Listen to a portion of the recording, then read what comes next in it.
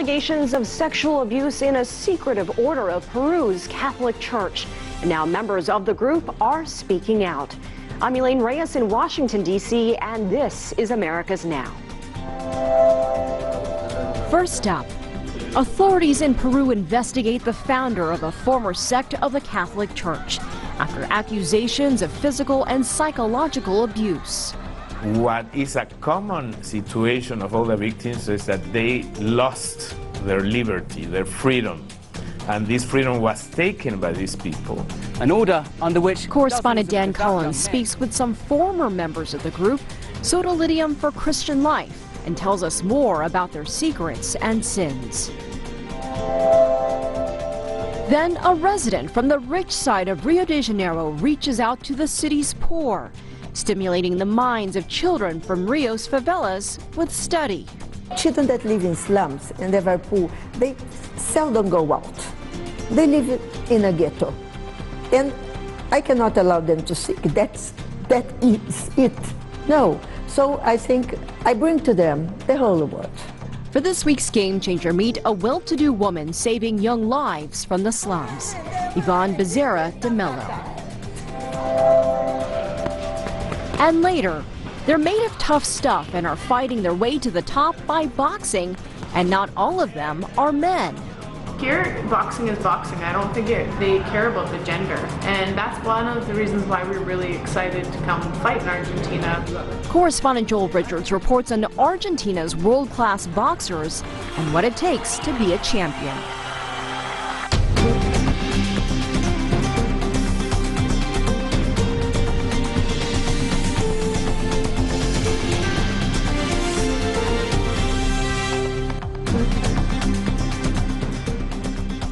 Welcome to the show.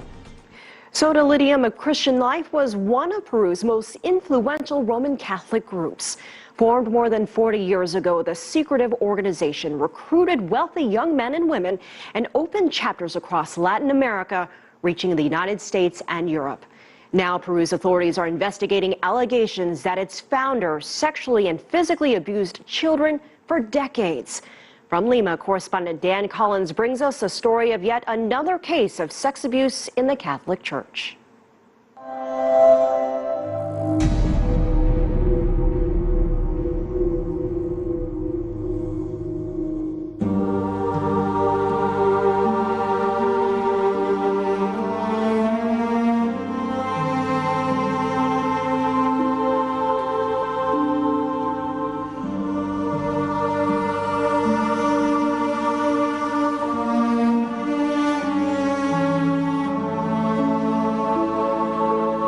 They considered themselves half monks, half soldiers. Recruited from Peru's European-descended elite, they thought they'd be serving God's will. Instead, they found themselves serving a different master, says former member Pedro Salinas. Estamos hablando de un movimiento que tiene una estructura jerárquica, vertical, muy autoritaria, absolutamente totalitaria, que le permite tener todo el poder a una sola persona. Y esa persona, ha quedado demostrado en la investigación, abusa del poder absoluto que tiene y ello deriva en maltratos psicológicos, maltratos físicos, coerción psicológica, violación de la correspondencia, violación a los derechos humanos, tratos vejatorios y, en los casos extremos, abusos sexuales a menores. That person was Sodalitium's founder, Luis Figari, accused of rape and molestation by 3 unidentified former members of the secretive group. Half monks, half soldiers is the title of the book written by Salinas and Paula Ugas, which pulls together 30 interviews from former recruits. The allegations of sexual and other abuses are part of a criminal lawsuit in Peru, but Figari is in Rome, protected by the sect he founded. But the allegations against him have obliged him to hire one of Lima's most expensive defense lawyers. Él está en un retiro forzoso, obligado, y en el cual él está en oración permanente y en una meditación sobre lo que ha sido su vida. He says Figari admits there were physical excesses, but denies sexual abuse. The Catholic Church in Peru and its most senior representative, the Archbishop of Lima, Cardinal Luis Cipriani, have called on Figari to return and face the allegations. Los abusos sexuales son materia grave, especialmente en el caso de los niños, siempre. Y la Iglesia no puede, nunca, por ningún caso, encubrirlos. But no action was taken when 3 men lodged complaints with the Peruvian Church Tribunal in 2011, alleging Figari had sexually abused them when they were minors. CCTV's request for an interview with Sodalicium of Christian Life's current leader, Alessandro Moroni, went unanswered. But many former members of the organization are now speaking out. Oscar Osterling says he wasn't sexually abused, but bears the psychological scars of 20 years inside Sodalicium. Now aged more than 40, he's trying to begin a normal life, but is racked by doubts. Para quien no es católico es muy sencillo, es decir, oye, si tú tienes una institución hecha a imagen y semejanza de su fundador, es sencillo. Si el fundador era un depredador sexual, bueno, no puede haber institución. Yo como católico lo que sigo creyendo es que es el Espíritu Santo, digamos, que independientemente del fundador o de que esa persona haya traicionado lo que fue inspirado, puede seguir existiendo. That faith runs deep in Peru. More than 85% of Peruvians call themselves Roman Catholic. Few thought to question a Vatican-recognized lay organization, especially when the leaders had their photo taken with Pope John Paul II. Yet more, like Osterling, are starting to open up about their experiences. I was not physically abused, I was not sexually abused, but I was psychologically mistreated. You know, I heard, the 24 of us, heard lots of insults about our fathers, our families, even about ourselves, that we couldn't be good people anyway unless we change, and they didn't like us. So I got away, I escaped from it. I thought for 5 years that I was a traitor, and I started to hear testimonies from people who were really very badly abused. So I started to think.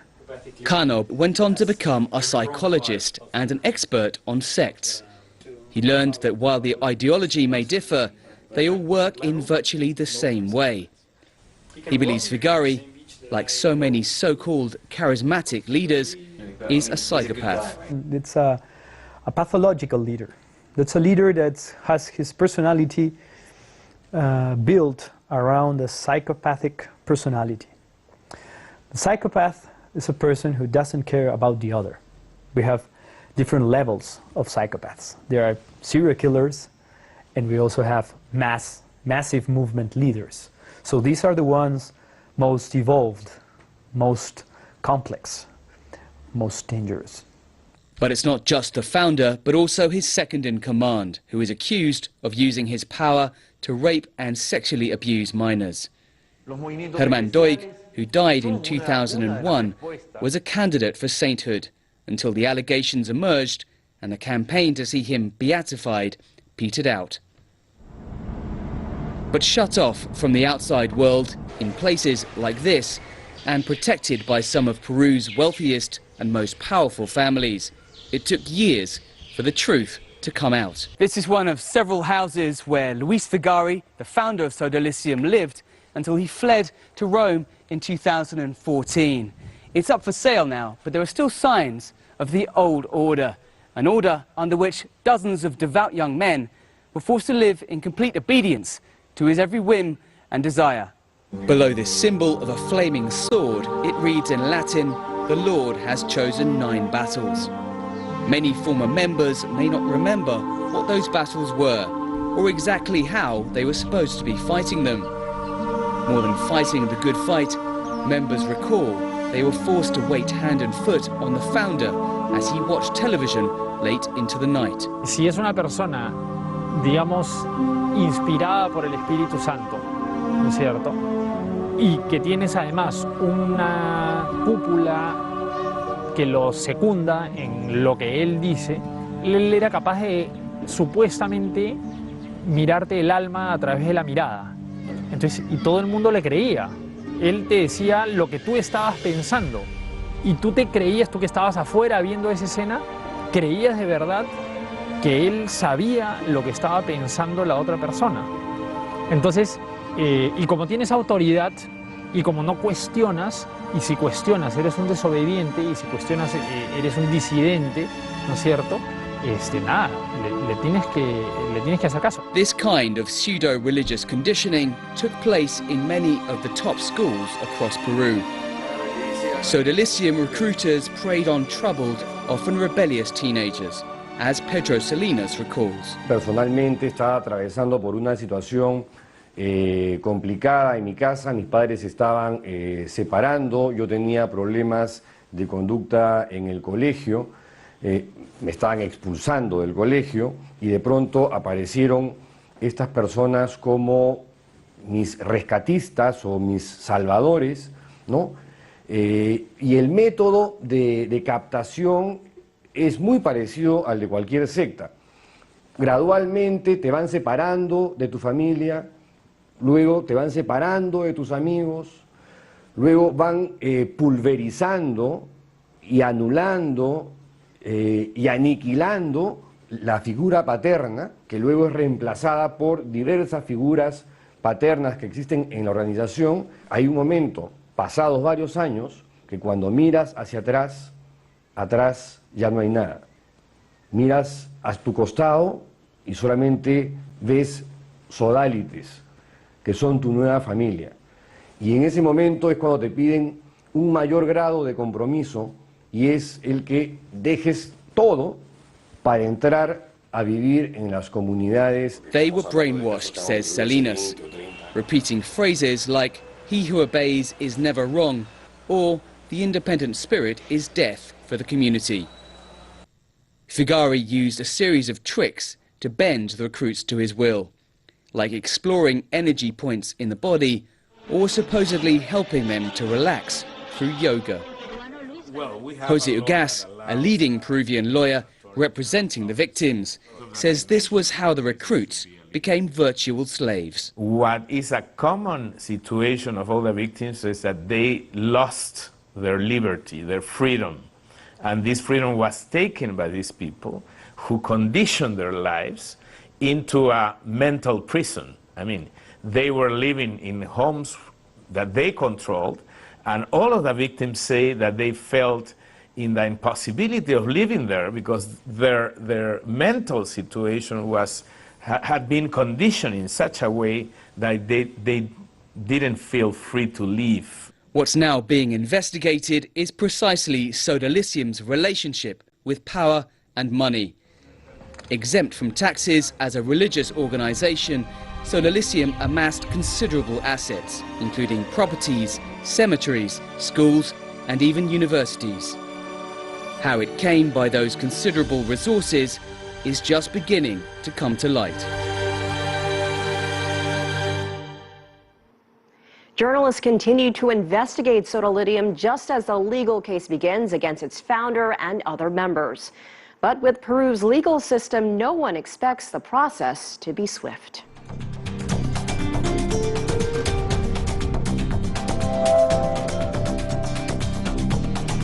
Coming up. A wealthy resident of Rio dedicates her life to the poor. What I really want is to see a Brazil more equal. This is only possible by education. America's Now.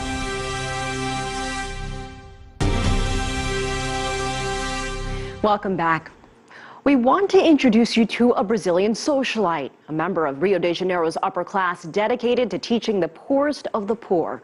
In her years of activism, she found that children traumatized by violence suffered from developmental delays. So she started a program in one of Rio's largest favelas to help young victims recover and learn, then integrate back into school. This week's Game Changer is Yvonne Becerra de Mello.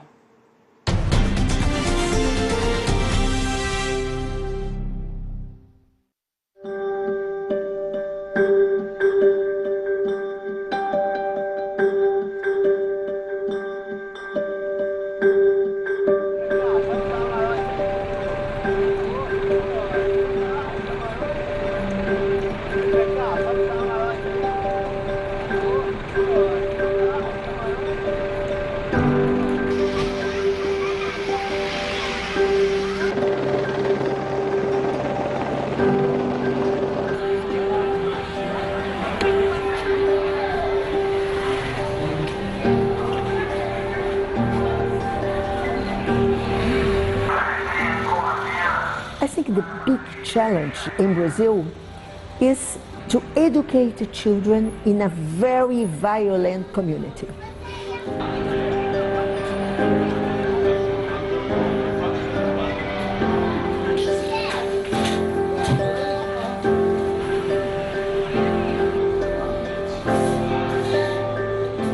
My name is Yvonne Becerra de Mello. I'm 68 years old. I'm the founder and the coordinator of a non-profit organization called Projeto Herê in Rio de Janeiro. Herê means Children of the Golden Rainbow. I think it was a very good name for a non-profit organization.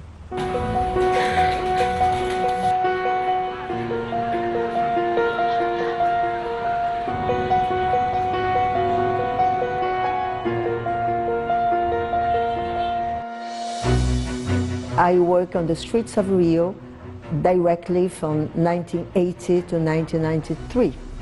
93, some kids of one of my groups was killed by police death squad. It's called the Candelaria murder. I said to myself, what am I going to do? So I opened the first two-way school under a bypass downtown Rio.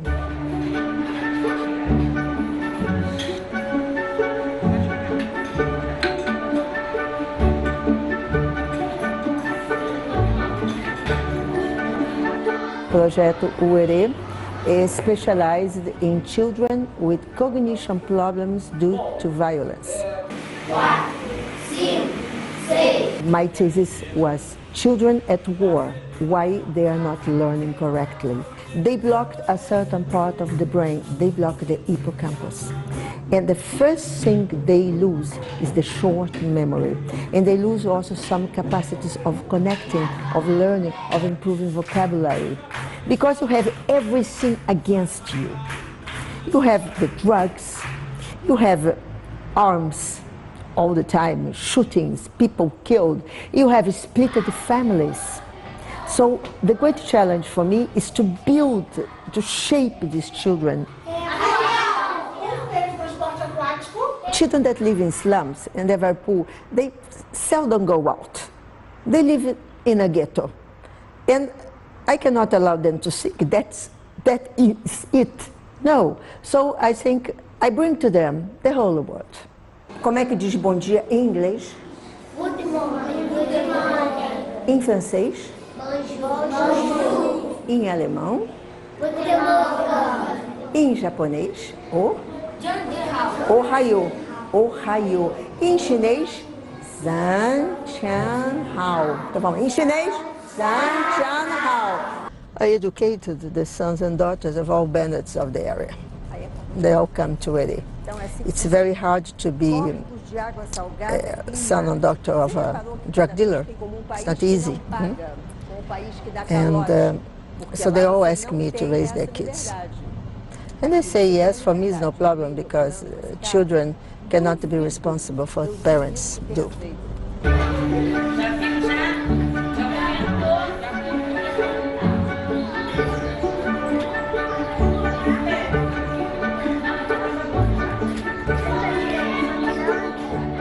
Eu comecei com 2 anos aqui no Herê, já tenho 13, são 11 anos, e o Herê me ensina a pensar, a educação e a pedagogia, e está me ajudando na escola. Me deu vontade de estudar mais e ter uma vida como ser humano, um cidadão brasileiro, e queria ser um jogador de futebol e um piloto de avião. What I really want is to see a Brazil more equal. This is only possible by education. So what kids need the most, before you give them, doesn't matter what, is that they feel loved. So what I want that my children, they feel so happy when they put their first foot in UED. So that's the first thing to do. It's show that you love them.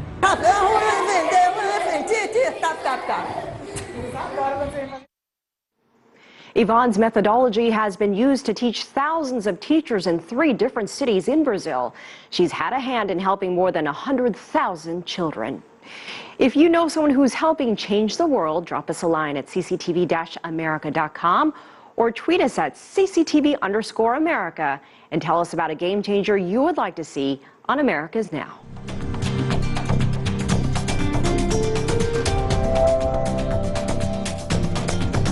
Coming up. Boxing for both men and women in Argentina. And that's one of the reasons why we're really excited to come fight in Argentina. They don't care whether you're male or female, they just care if the fight's great. America's Now.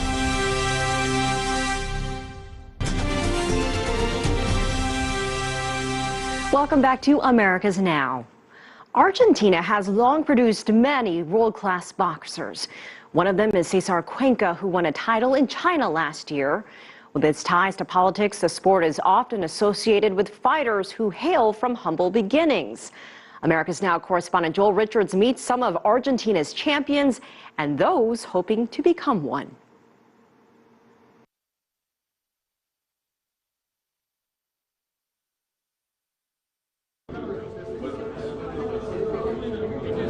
It's the weigh-in ahead of a major international fight. Canadian Jelena Mijanovic has travelled to Argentina. She has a fierce record of 19 knockouts in 20 title defence fights. Mijanovic will be facing Soledad Matisse, also a world champion. This fight will unify 2 world titles. There's trouble at the weigh-in. Matisse's team are unhappy. Behind the scenes, an argument over the Canadian boxer's weight.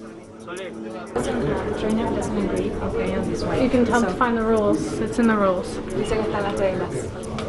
El límite es 57, 150. Ella está en 57, 200.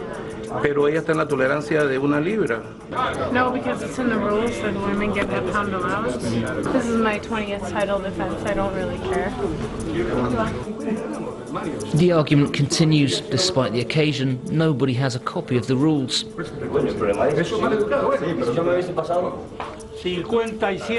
Phone calls to boxing officials in different time zones finally clears up the issue. Perhaps this is all part of using home advantage. In this room at a downtown hotel in Buenos Aires, with just a handful of journalists present, the press conference. Soledad Matisse is well known, not only for her success, but also for her surname. Her brother Lucas Matisse is one of the top boxers in the world right now. Bueno, en mi familia, en mi hogar siempre se respiró boxeo, ¿no?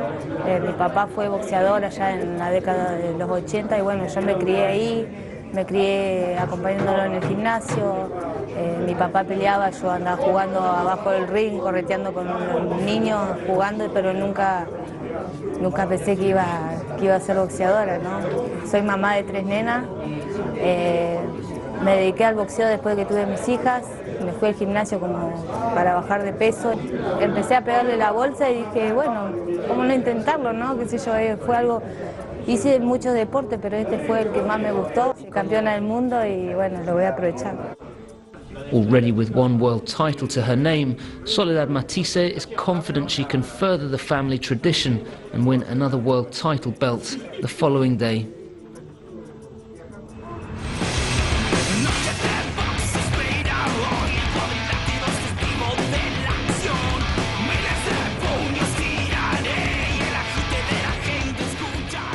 Este lugar es como mi casa, Acá me entrené toda mi carrera profesional y el distinto me puso un colega de ustedes porque me dijo que una vez me dio bajar acá cuando yo peleaba y me dijo, la verdad vos ese es el distinto a todo, dice. Otro me puso Fred Astaire, pero me quedó el distinto. Cesar Cuenca is a low-profile boxer. He's well liked. A local heavy metal band wrote a song for him in tribute to his success. Cuenca has trained at this same gym for 15 years, alongside the murals of past Argentine champions. Soon, he'll have his own wall too. In July, he won the world welterweight title in China. At the age of 34, the title is the prize for a career's work. In his hometown, a single banner welcomes the world champion. Yo no lo miro, porque a mí me pone nervioso y yo veo el video. A ver como si es pegador, si es derecho y ya está. Not studying his opponents has served Cuenca surprisingly well. He holds an astonishing record. Cuando yo me fui en China me hicieron un reportaje de Estados Unidos, se dieron cuenta del récord que yo tenía, que le llegaba el mismo récord que Mayweather, que una pelea más y pasaba el récord de Rocky Marciano. Y la verdad que allá afuera le dan más bola, digamos, al tema del boxeo, ¿no? Acá es como que está un poquito apagado. Undefeated, he may share the record with Floyd Mayweather, but Cuenca is far removed from the fame and glamour of multi-millionaire boxers. Many thought he would never get a chance at a world title fight because of his style. Osvaldo Rivero is one of Argentina's top boxing promoters. He's manager to both Cuenca and Soledad Matisse, just two of his more recent world champions. Tener casi 50 peleas y 2 knockouts puede llegar a indicar de que no es un boxeador comercial, pero por lo que yo leí y vi después de esta pelea, es como que han descubierto una nueva forma de boxeo y que a la gente le gusta. Even for national and world champions in Argentina, boxing is not a lucrative sport for the majority of fighters. Y en 2004 yo salí campeón argentino y yo no tenía apoyo de nadie, tenía un apoyo de acá del barrio que era una farmacia que me daba para el boleto y todo eso. Cuenca is now looking ahead to retaining the world title, but he's enjoying the limelight and the media attention. Rivero says he has seen many fighters rise from humble backgrounds to the very peak of boxing. Esto es un deporte que se practica para ganarle un poco a la sociedad que te tocó vivir y que son todos de niveles que empezaron muy de abajo y que esta fue la única salida para quien sabe subir uno o dos escaloncitos. Argentina has a long tradition of producing world champions. Most recently it's the likes of Cuenca, but in the past it was Luis Firpo, Oscar Bonavena, Carlos Monzon, or here, José María Gatica, who used to have the name of the former President General Perón and his wife Evita on his boxing gown when entering the ring. When General Perón became a strong figure in the middle of the 40s, he understood that sport is a huge and enormous propaganda weapon. They call every time his sportsmen as ambassadors.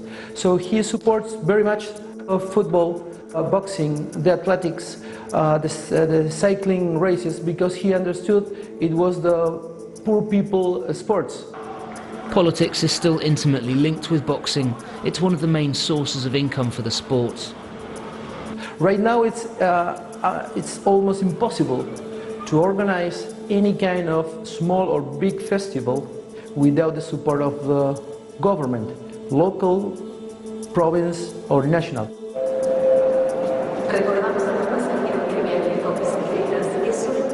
The busy station Constitución links Buenos Aires with the outlying suburbs. Next to platform 14, a boxing gym that was set up by one of the railway trade unions.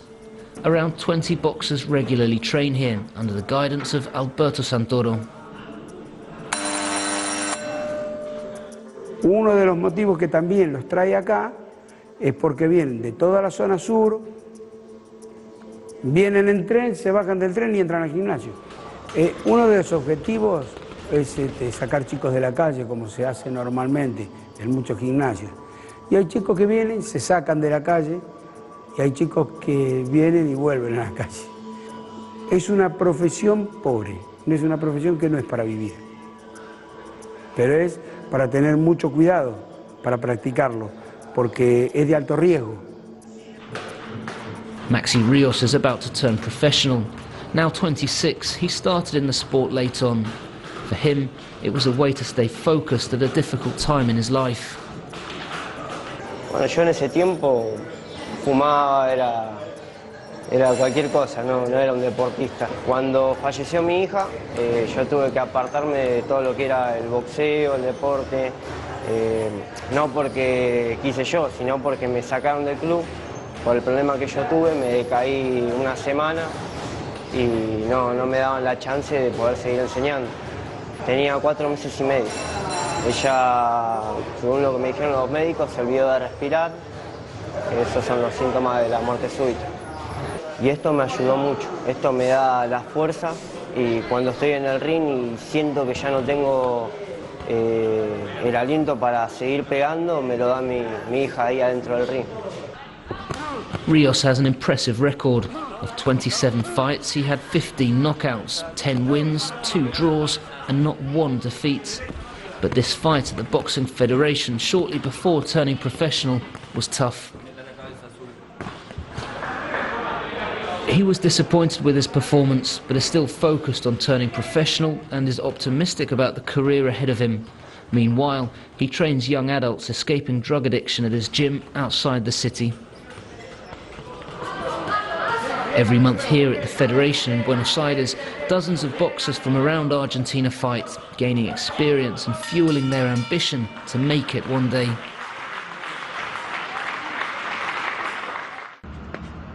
It's fight night for Soledad Matisse. It's at the same gym where Cesar Cuenca trains.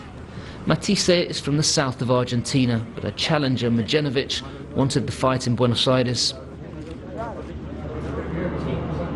There are nerves, but Matisse's team have studied her rival. Her husband, strapping her hands here, is a former boxer. Her brother-in-law in the red jacket is Omar Narvaez, a legendary boxer himself. She has strong experience and knowledge in her team. Next door, Mijanovic is confident. She wanted to fight in Argentina, a country well known for the number of women's champions. Here, boxing is boxing. I don't think they care about the gender. And that's one of the reasons why we're really excited to come fight in Argentina. Same thing with Mexico. I want to fight in Mexico too because they don't care whether you're male or female. They just care if the fight's great.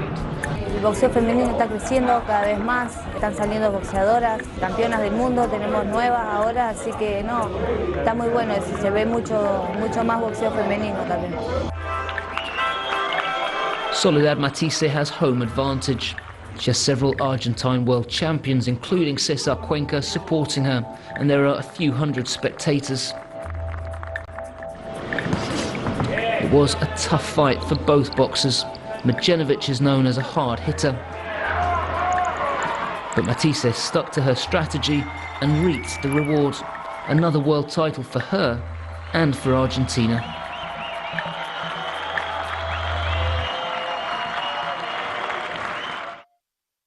Our thanks to correspondent Joel Richards for that report.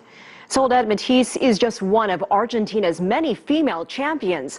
According to the Women's International Boxing Association, Argentina has more of them than any other country.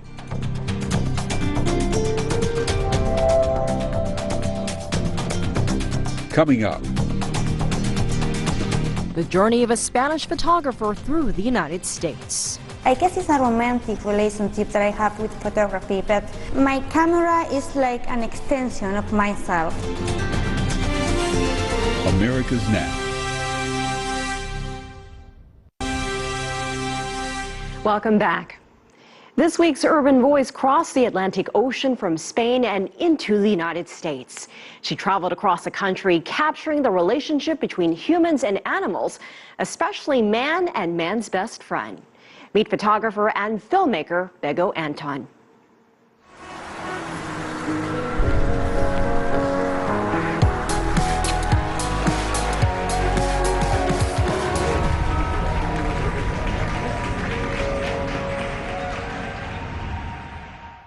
I find amazing the way Gordon looks at Nan. And that's why I find this picture so important. It was the first time that I got that connection or that bond on a picture. So that's why it means a lot to me. Can you tell us how you come up with the name Everybody Loves to Cha-Cha-Cha? I chose the name after Sam Cooke's song, Everybody Loves to Cha-Cha-Cha, you know, like everybody loves to cha-cha-cha. Little children like to cha-cha-cha, they like to cha-cha-cha, they like to cha-cha-cha. Everybody likes to cha-cha-cha. It tells the story of how the singer, Sam Cooke, takes his girlfriend for a dance. And when they are in the dance ring, he wants to take her out to dance, but she says, like, I can't dance cha-cha-cha. And he said, okay, don't worry, I'm going to teach you how to dance it. And at the end of the night, she can dance actually better than he does. Everybody Loves to Cha-Cha-Cha is the title of Bego Anton's latest collection of photographs, brought to Washington, D.C. during its annual Photo Week. It tells the story of women who dance with the dogs. Or we can say it the other way around. It tells the story of dogs who dance with the humans. Everybody involving the human and the dog, and then it's a cha-cha-cha that is one kind of dance. So it's speaking about everybody, and everybody can dance.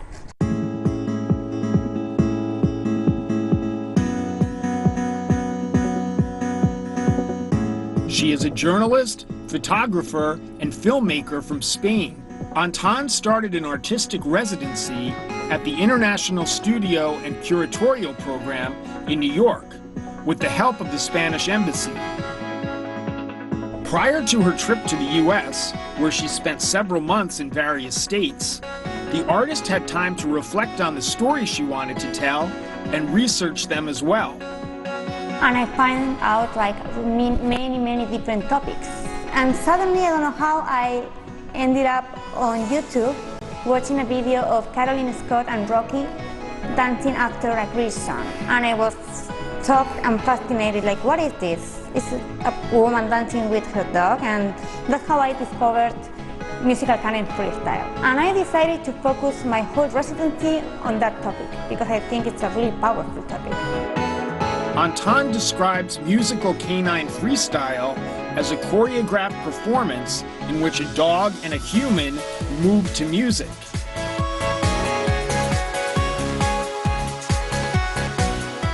The good thing about freestyle is exactly that it's free. There are no rules. You are not doing a mistake. So if something goes wrong, what you do is you do something with that mistake.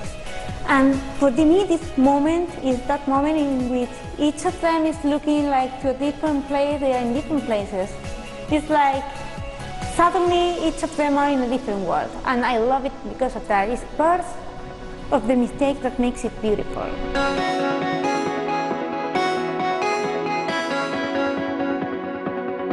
She decided that her new series should deeply explore the relationship between humans and animals. For me, it was really important to show the bond that these humans and dogs have together. I consider that I found a sport or an activity that makes humans and dogs be in the same level. That's why I told you at the beginning that these are dogs dancing with the humans, and I didn't use the word owner, because they are both at the same level. This is not possible without the dog, the same way it's not possible without the human. And I find this unity so beautiful and important. The blanket is the same breed as the dog itself. While working on this series of photographs, the artist also produced and directed a film by the same name. I love my pets more than anything in the whole world. When I met my boyfriend, I told him that my pets are always going to come first. You will be second. Right? Yes. Here you can see how they feel about their dogs. They mean the world to them. They are so important. I didn't want to go straight to the picture, because for me it's really important to know them before and to talk to them, spend some time with them, and I also want them to feel comfortable with me. Her works also highlight the distinct, unusual, and magical in human nature. I took pictures of people in Catalonia, in Spain, who can see UFOs and have some kind of connection with aliens. Then I also did a series about naturalist people who walk naked in a campsite, now I'm working on a project about how Icelandic people believe in the elves, in fairies, in trolls. So these are very particular people, like a small group of people who have a common interest that make them special. And I think they are special because they are a bit different from the rest of the society. I don't shoot that much because as I shoot film, I'm old-fashioned. I don't know, but I feel more comfortable with film. All the process is different. I guess it's a romantic relationship that I have with photography, but I shoot much less. I really think about the frames as well.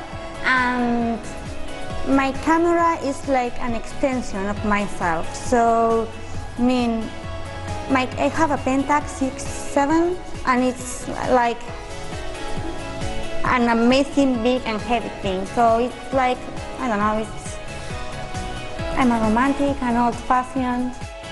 Through her lens, the artist shares with the world the mysterious relationship between humans, nature, and the unknown.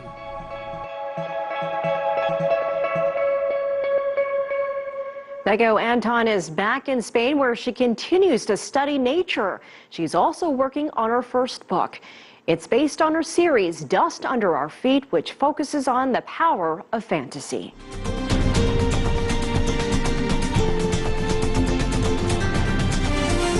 America's Now.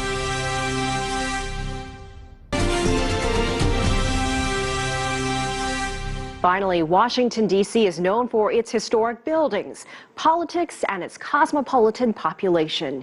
It is a city rich in culture, but it also knows how to have fun. The past several winters, a group has organized massive snowball fights in the heart of the city, drawing hundreds each time it snows. We leave you with images of their most recent snowball war in the U.S. Capitol. Thanks for watching. We look forward to seeing you again next week for another edition of America's Now.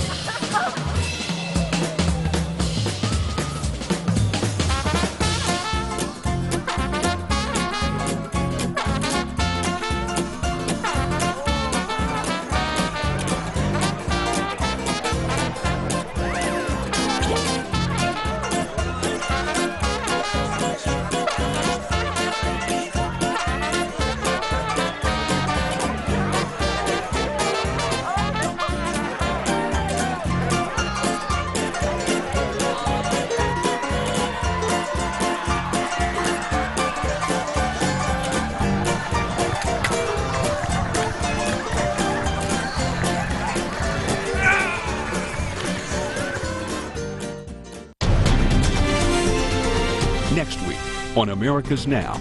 This special edition of America's Now. I'm Michael Voss in Havana. Barack Obama is supposed to meet with Raul Castro. They've seen each other a few times now. So what can we expect this time? This time, they've got to look to the future. It's more complicated. Why did President Obama wait so long? It's also a matter of building confidence with the Cuban government. Well, Barack Obama's visit to Argentina is perhaps not as historic as his visit to Cuba, but just as in Havana, the meetings that take place in Buenos Aires will have a major bearing on the future North-South relations in the Americas. Argentina and the United States have had something of a fractious relationship over the past decade. It will nonetheless look to change the relationship between the region's third largest economy, Argentina, and its northern neighbour.